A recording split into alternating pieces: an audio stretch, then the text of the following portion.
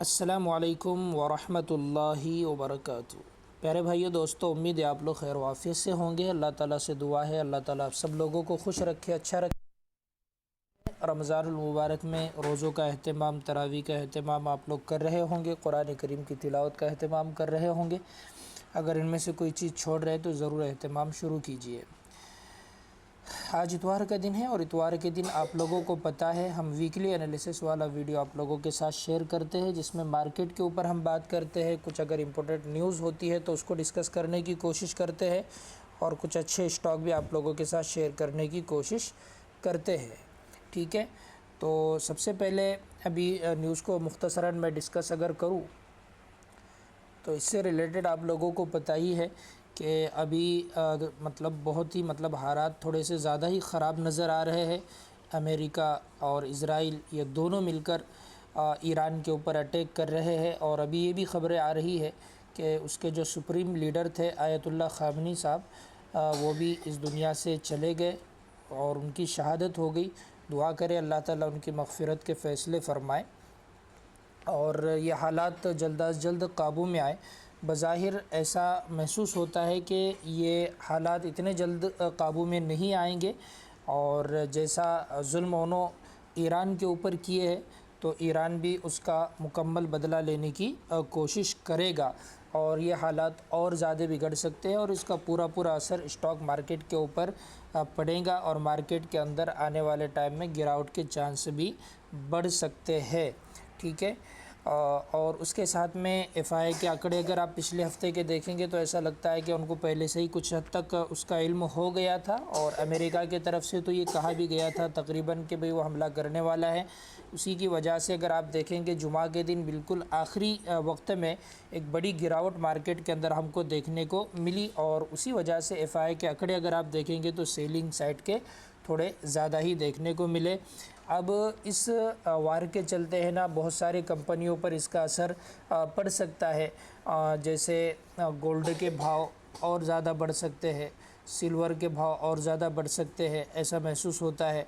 और क्योंकि जब भी ऐसे कुछ हालात पेश आते हैं ना तो गोल्ड और सिल्वर के अंदर उछाल हमको देखने को मिलता है और उसके साथ क्रूड ऑयल के अंदर भी उछाल आ सकता है, इसलिए कि जाहिर सी बात है डिमांड ज़्यादा है और सप्लाई फिर ईरान की वजह से कम होंगी तो क्रूड ऑयल के अंदर एक उछाल हमको देखने को मिलेगा। तो इससे रिलेटेड जो भी कंपनियां हैं उसके अंदर भी हमको कुछ ना कुछ मोमेंटम देखने को मिल सकता है।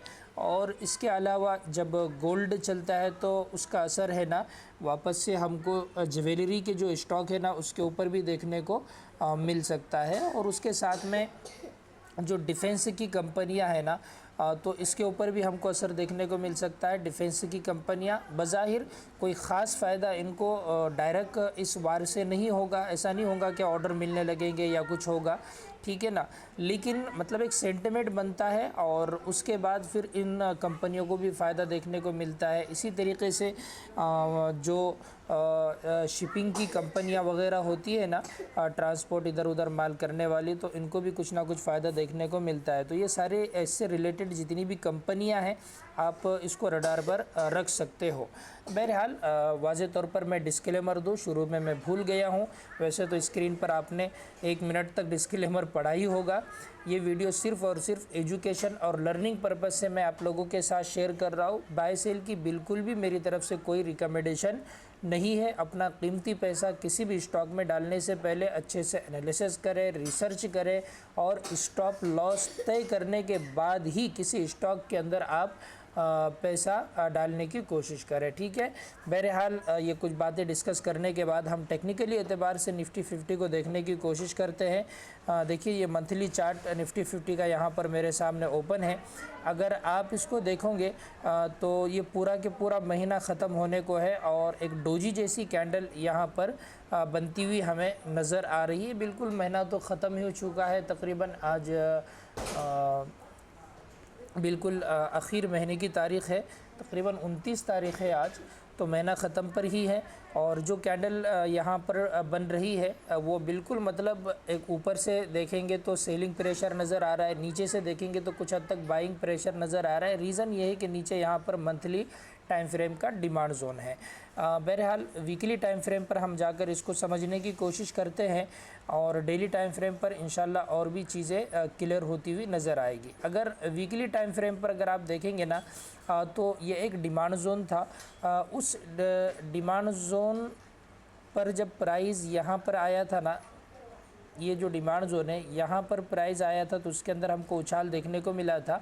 तो एक मरतबा ये डिमांड जोन अब टेस्टेड हो चुका है, लेकिन ऐसा नहीं है कि यहाँ से उठ नहीं सकता है। टेस्टेड होने के बावजूद भी चलने के चांस है।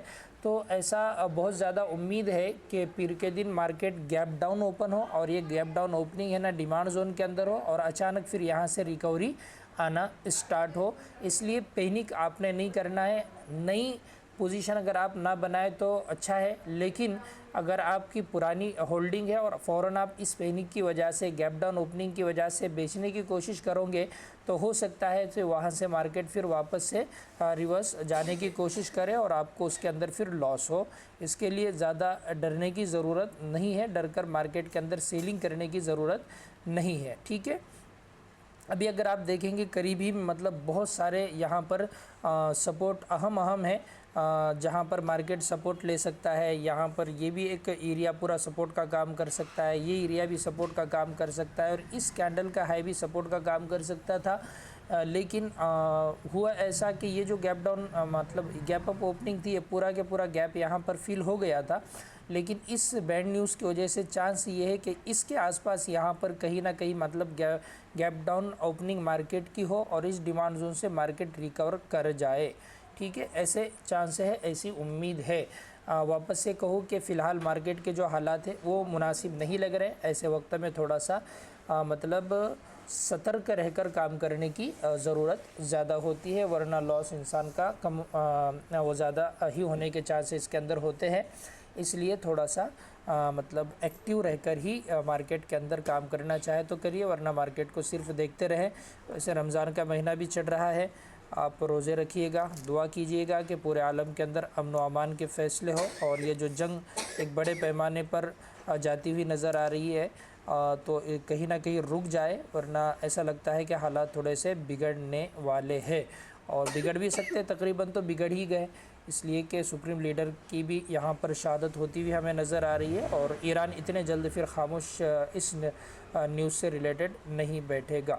ठीक है, बहरहाल ये कुछ टेक्निकली लेवल है जो मैंने ड्रॉ करके रखे हैं मंथली टाइम फ्रेम पर, वीकली टाइम फ्रेम पर, डेली टाइम फ्रेम पर। आप भी इसको ड्रॉ करके रख सकते हो और भी बहुत सारी चीज़ें मैं आप लोगों के साथ यहाँ पर शेयर कर चुका हूँ। ठीक है, ज़्यादा वक्त न लेते मैंने सोचा कि चलो आप डायरेक्ट आपको स्टॉक ही मतलब एनालिसिस करके आप लोगों के साथ शेयर करने की कोशिश करते हैं। तो देखिए आरआर केबल, ये मैंने स्टॉक आप लोगों के साथ इससे पहले भी इसको वीकली एनालिसिस वाले वीडियो में भी कवर किया था और गालिबन मैंने इस पर कोई वीडियो भी शायद बनाया हुआ हो।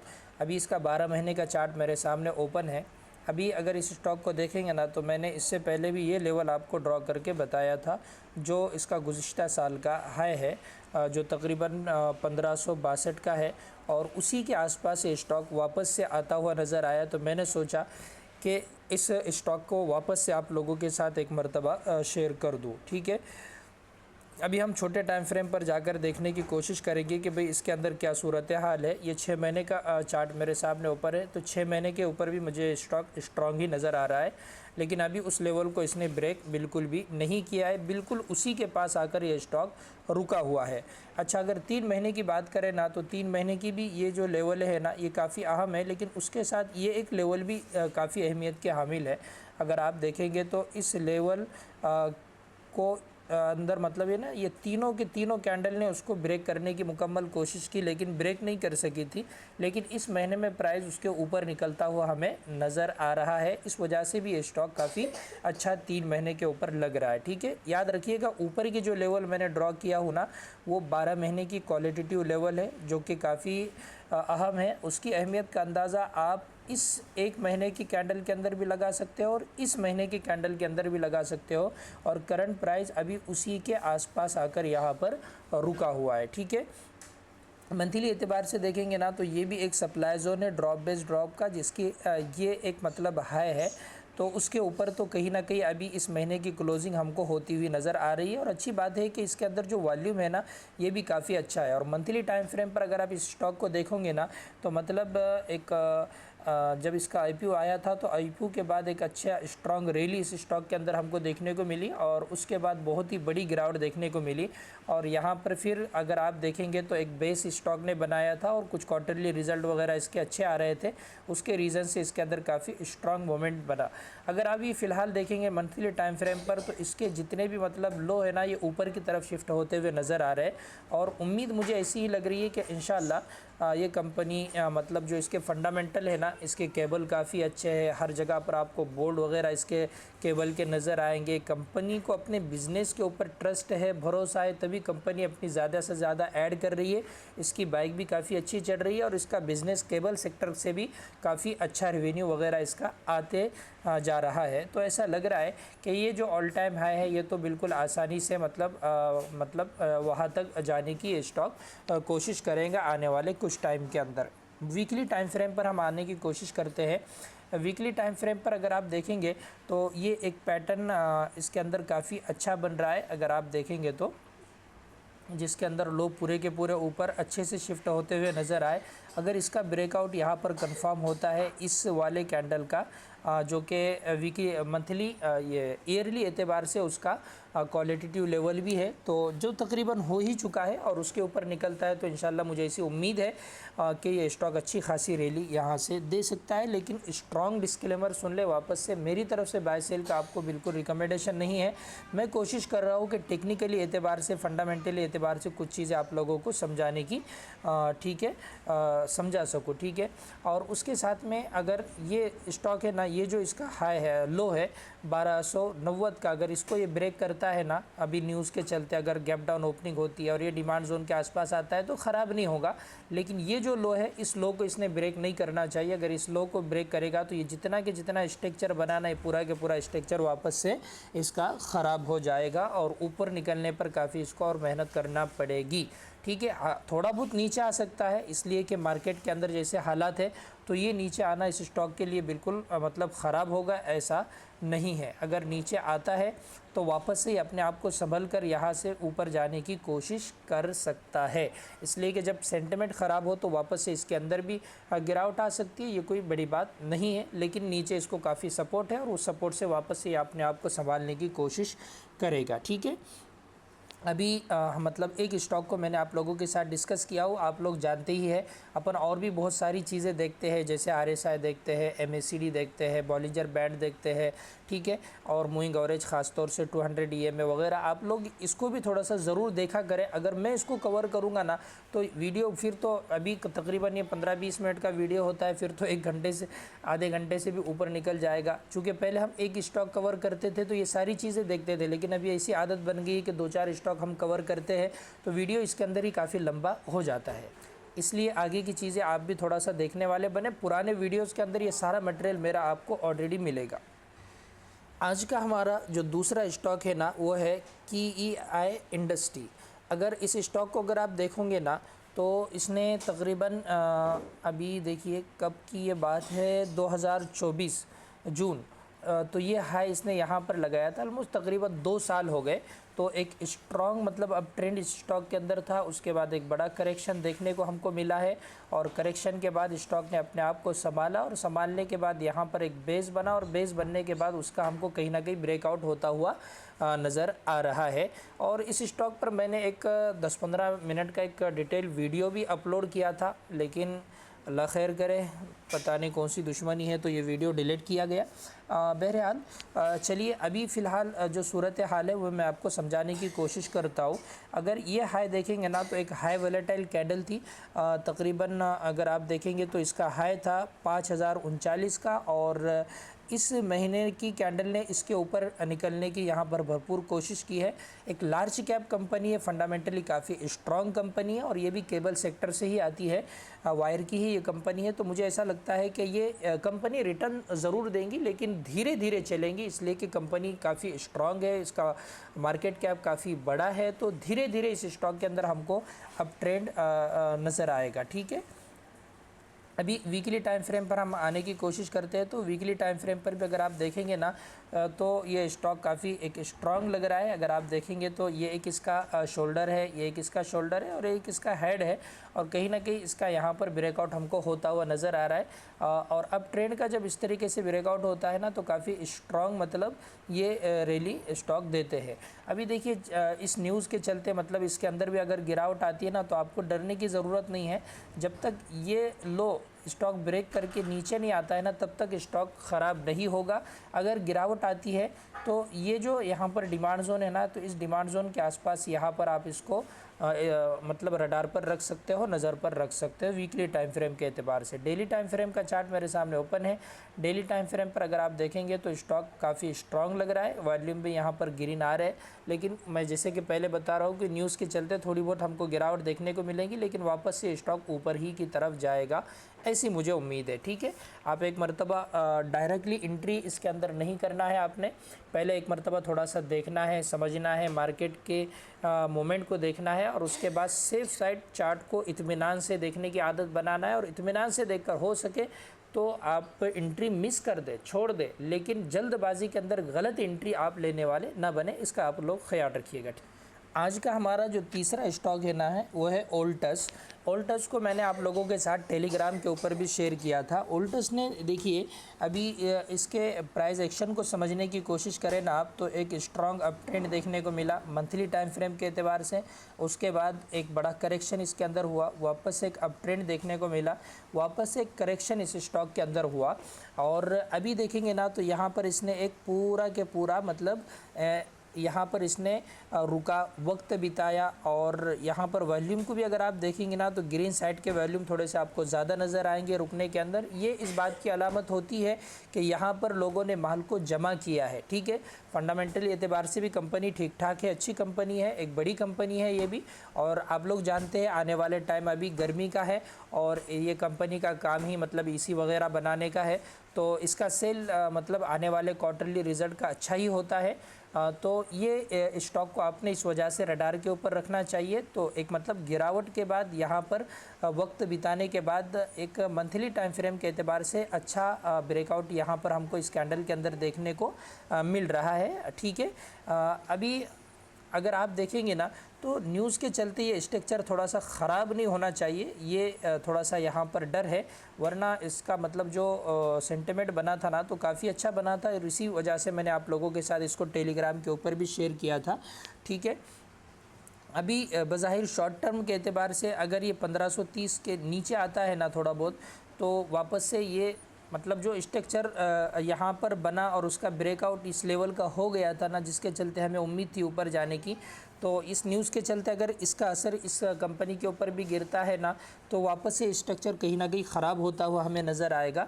वरना ये स्टॉक ख़राब होगा ऐसा नहीं है, वापस से इन लेवल के आसपास आने के बाद इसके अंदर बाइंग आएंगी और वापस से स्टॉक ऊपर की तरफ जाने की कोशिश करेगा। ठीक है, लेकिन मैं वापस से आप लोगों से यही कहना चाहता हूँ कि जैसे हालात चल रहे हैं ना उसके एतबार से डायरेक्ट आप किसी स्टॉक के अंदर कूदकर एंट्री मत बनाइएगा। पहले आप इत्मीनान से चार्ट देखिएगा, मार्केट के सेंटिमेंट को देखने की कोशिश कीजिएगा, मार्केट इस न्यूज़ के ऊपर कैसे रिएक्ट करता है इसको समझने की कोशिश कीजिएगा, और उसके बाद ही किसी स्टॉक के अंदर बाइंग पोजीशन बनाने की आप प्लानिंग कीजिए। ठीक है, वरना चार्ट तो ये जितने भी मैंने आप लोगों के साथ शेयर किया ना तो मोमेंटम के एतबार से काफ़ी अच्छे चार्ट है। आप देखेंगे ना इसको डेली टाइम फ्रेम पर जाकर तो कितना प्यारा मतलब इसने स्ट्रक्चर यहाँ पर बनाया हुआ है। अच्छी बात यह है कि मतलब एक स्ट्रॉन्ग अप ट्रेंड और उसके बाद यहाँ पर ब्रेकआउट लेवल के आसपास इसने पूरा वक्त बिताया है, टाइम दिया है।